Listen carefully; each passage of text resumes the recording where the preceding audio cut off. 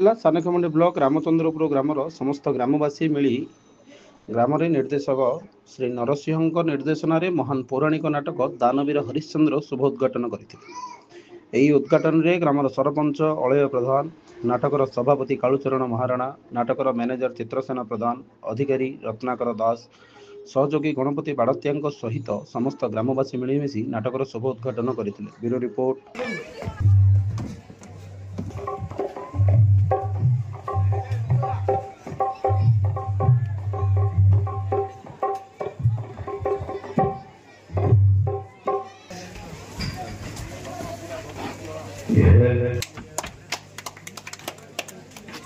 प्रथम समय आमर निर्देशना मास्टर देखिए आमर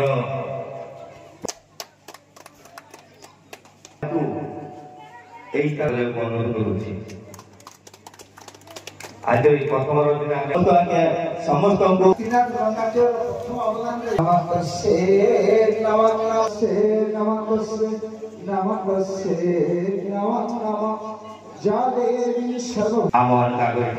गणपति बाड़तिया हाँ हाँ हाँ मो अनुरोध करी आमर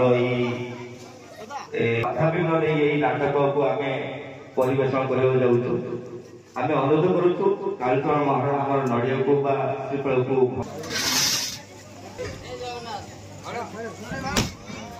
जय